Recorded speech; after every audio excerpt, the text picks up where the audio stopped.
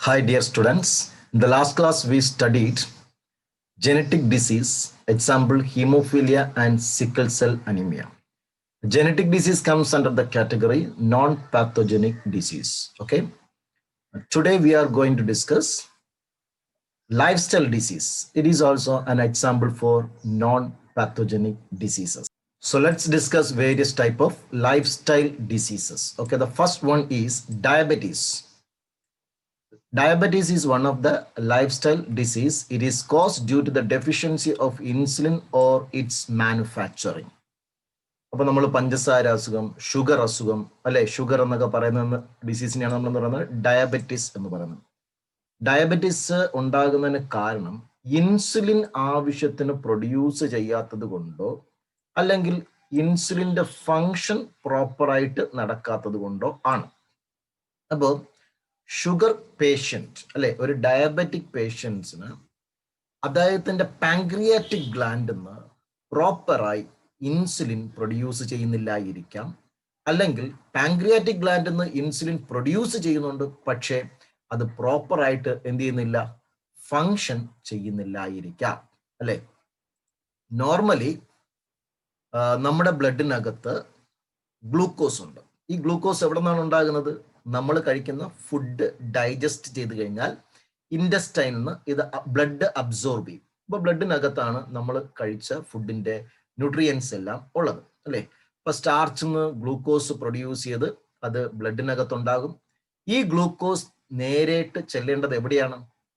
Of course സെല്ലിനകത്തേക്കാണ്. നമ്മുടെ ബോഡിയിലെ സെൽസിനകത്ത് ആരാണ് കൊണ്ടെത്തിക്കുന്നത്? ബ്ലഡ് ആണ് കൊണ്ടെത്തിക്കുന്നത്. ബ്ലഡ് സെൽസിൽ ഗ്ലൂക്കോസ് കൊണ്ടെത്തിക്കണമെങ്കിൽ ബ്ലഡ് കൊണ്ടുവരുന്ന ഗ്ലൂക്കോസ് സെല്ലിലെ പ്ലാസ്മ മെംബ്രെയിൻ വഴി അകത്തേക്ക് കടക്കേണ്ടതുണ്ട്, അല്ലെ. അപ്പൊ പ്ലാസ്മ മെംബ്രെയിൻ ഗ്ലൂക്കോസിന് പെർമിയബിൾ ആകണം, അതായത് ഗ്ലൂക്കോസിനെ കടത്തിവിടണം. അങ്ങനെ കടത്തിവിടണമെങ്കിൽ പാങ്ക്രിയാറ്റിക് ഗ്ലാൻഡിൽ നിന്ന് പ്രൊഡ്യൂസ് ചെയ്യപ്പെടുന്ന ഇൻസുലിൻ എന്ന ഹോർമോൺ ആവശ്യമാണ്.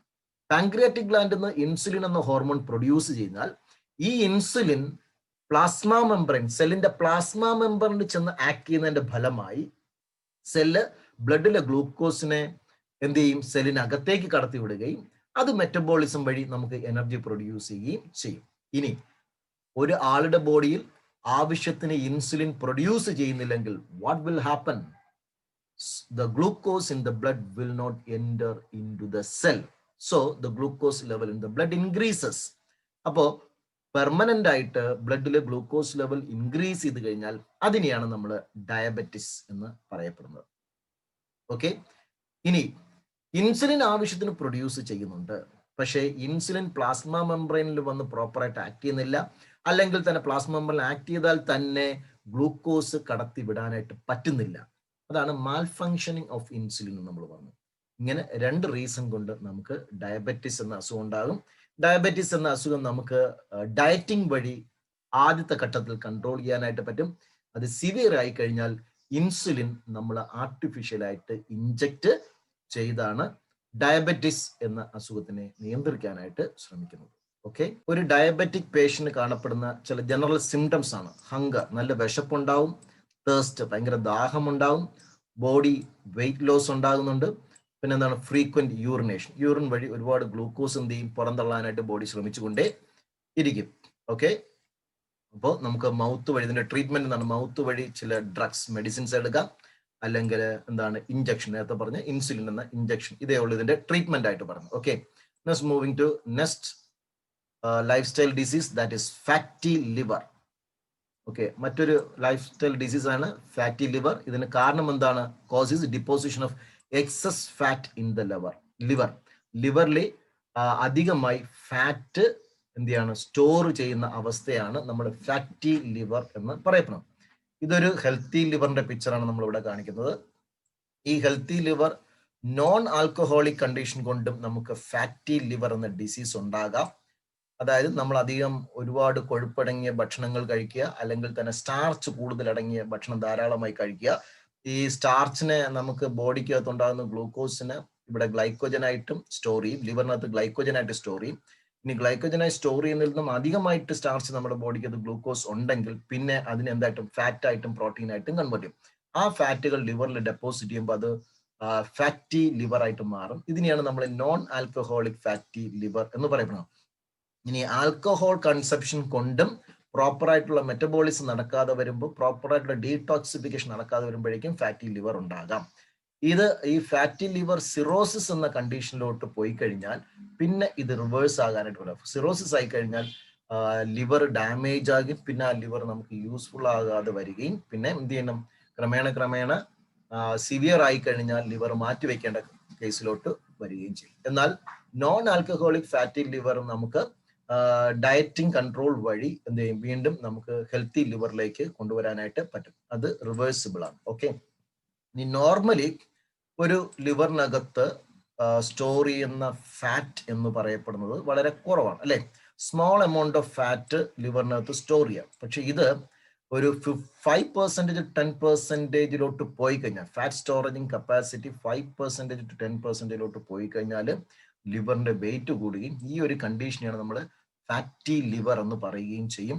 ലിവറിന് നമ്മുടെ ബോഡിക്കകത്ത് ഒരുപാട് ഫങ്ഷൻസ് ഉണ്ട്, അല്ലെ? ആ ഫങ്ഷൻസ് ഒന്നും പ്രോപ്പർ ആയിട്ട് ചെയ്യാതെ വരുമ്പോൾ അത് മറ്റു ഓർഗൻസിനെ അഫക്റ്റ് ചെയ്യുകയും അങ്ങനെ നമുക്ക് മറ്റ് അവയവങ്ങളും ഡാമേജിലോട്ട് പോവുകയും ചെയ്യും. അതുകൊണ്ട് ഇത് വളരെയധികം ശ്രദ്ധിക്കണമെന്ന്. ആൽക്കഹോളിക് പേഴ്സൺസിൽ ലിവർ സിറോസിസ് വരാനുള്ള സാധ്യത വളരെ കൂടുതലാണ്. അപ്പം അത്തരം സാഹചര്യങ്ങളിൽ നിന്നും നമ്മൾ മാറി നിൽക്കുക എന്നുള്ളതാണ് ഈ ലിവർ അസുഖത്തിന് രക്ഷപ്പെടാനുള്ള ഒരു വഴി. Then another disease is stroke. Stroke ഉണ്ടാകാൻ കാരണം rupture of blood vessels in the brain, block of blood flow. അപ്പൊ സ്ട്രോക്ക് എന്ന അസുഖം ഉണ്ടാകുന്നതിന് കാരണം ബ്രെയിനിലോട്ട് പോകുന്ന ബ്ലഡ് വെസൽസ് റപ്ചർ ചെയ്ത് കഴിഞ്ഞാൽ അവിടെ ബ്ലഡ് ക്ലോട്ടിംഗ് ഉണ്ടാകുകയും ആ ക്ലോട്ട് ചില ബ്ലഡ് വെസൽസിനെ തടയുകയും ബ്ലഡ് വെസൽസിലെ ബ്ലഡ് ഫ്ലോയിനെ തടയുകയും അതുവഴി എന്ത് സംഭവിക്കും, ബ്രെയിനിലെ ആവശ്യത്തിന് ഓക്സിജൻ കിട്ടാതെ വരികയും ബ്രെയിൻ സെൽ നശിച്ചു പോവുകയും ചെയ്യും. ഇവിടെ ഹെമറേജിക് സ്ട്രോക്ക് എന്ന് കാണിക്കുന്നുണ്ട്. അതാണ് ബ്ലഡ് വെസൽസ് ബ്രേക്ക് ചെയ്ത് ബ്ലഡ് ബ്ലീഡ് ചെയ്ത് അത് ബ്രെയിനകത്ത് ക്ലോട്ടായി. മനസ്സിലായല്ലോ? അപ്പോൾ ബ്ലഡ് ബ്രെയിനിലോട്ട് സപ്ലൈ ചെയ്യുന്ന ബ്ലഡിലെ ഓക്സിജന്റെ അളവ് കുറയും, ബ്രെയിൻ സെൽസ് ഡാമേജ് ചെയ്യുകയും ചെയ്യാം. മറ്റൊരു സാഹചര്യം flow of blood is blocked. ഇവിടെ നോക്കിയേ, ഒരു ബ്ലഡ് വെസൽസിൽ ഫാറ്റ് ഡെപ്പോസിഷൻ കൊണ്ട് അതിന്റെ വിഡ്ത്ത് കുറയുകയാണ്. ഇവിടെ വിഡ്ത്ത് കൂടുതലാണ്, ഇവിടെയും വിഡ്ത്ത് കൂടുതലാണ്. ഇവിടെ ഫാറ്റ് ഡെപ്പോസിഷൻ കൊണ്ട് എന്താണ്, വിഡ്ത്ത് കുറയുകയാണ്. അപ്പൊ വിഡ്ത്ത് കുറയുമ്പോൾ ഇതുവഴിയുള്ള ബ്ലഡ് ഫ്ലോ കുറയും. ബ്ലഡ് ഫ്ലോ കുറയുമ്പോൾ ആവശ്യത്തിന് ഓക്സിജൻ എവിടെ കിട്ടില്ല, ബ്രെയിനിൽ കിട്ടാതെ വരികയും ബ്രെയിൻ സെൽ ഡാമേജ് ചെയ്യും, അത് പാരാലിസിസിലോട്ട് ലീഡ് ചെയ്യുകയും ചെയ്യും. മനസ്സിലായല്ലോ? നമ്മുടെ ഒരു ഭാഗം തളർന്നു പോകുന്ന അവസ്ഥയിലോട്ടൊക്കെ വരാം, മരണത്തിന് വരെ കാരണമായിട്ട് മാറാം. ഓക്കെ, ഇത്തരം സ്ട്രോക്ക് ഉണ്ടായിക്കഴിഞ്ഞാലുള്ള പ്രശ്നങ്ങൾ നോക്കിയ ഒന്ന് ട്രബിൾ ഇൻ സ്പീക്കിംഗ്. ഇവ സംസാരിക്കുന്നതിൽ ഇവർക്ക് പ്രോപ്പറായിട്ട് ഇവരുടെ ടങ് മസിൽസിനെ ബോഡിക്ക് ബ്രെയിനിന് കൺട്രോൾ ചെയ്യാൻ പറ്റാതെ വരുമ്പോൾ ഇവരുടെ സ്പീക്കിംഗ് പ്രോപ്പറായിട്ട് നടക്കില്ല. ബാക്കിയുള്ളവർ പറയുന്നത് എന്താണെന്ന് കൃത്യമായിട്ട് മനസ്സിലാക്കാൻ പറ്റില്ല. അല്ല, പാരാലിസിസ്, പക്ഷാഘാതം സംഭവിക്കാം. നംനെസ്, നമുക്ക് ചില ഭാഗങ്ങൾ എന്താണ് ഫേസ്, ആം, ലെഗ് തുടങ്ങിയങ്ങളിൽ ഒരു മരവിപ്പ് കാരണം സെൻസേഷൻ തിരിച്ചറിയാനായിട്ട് പറ്റില്ല.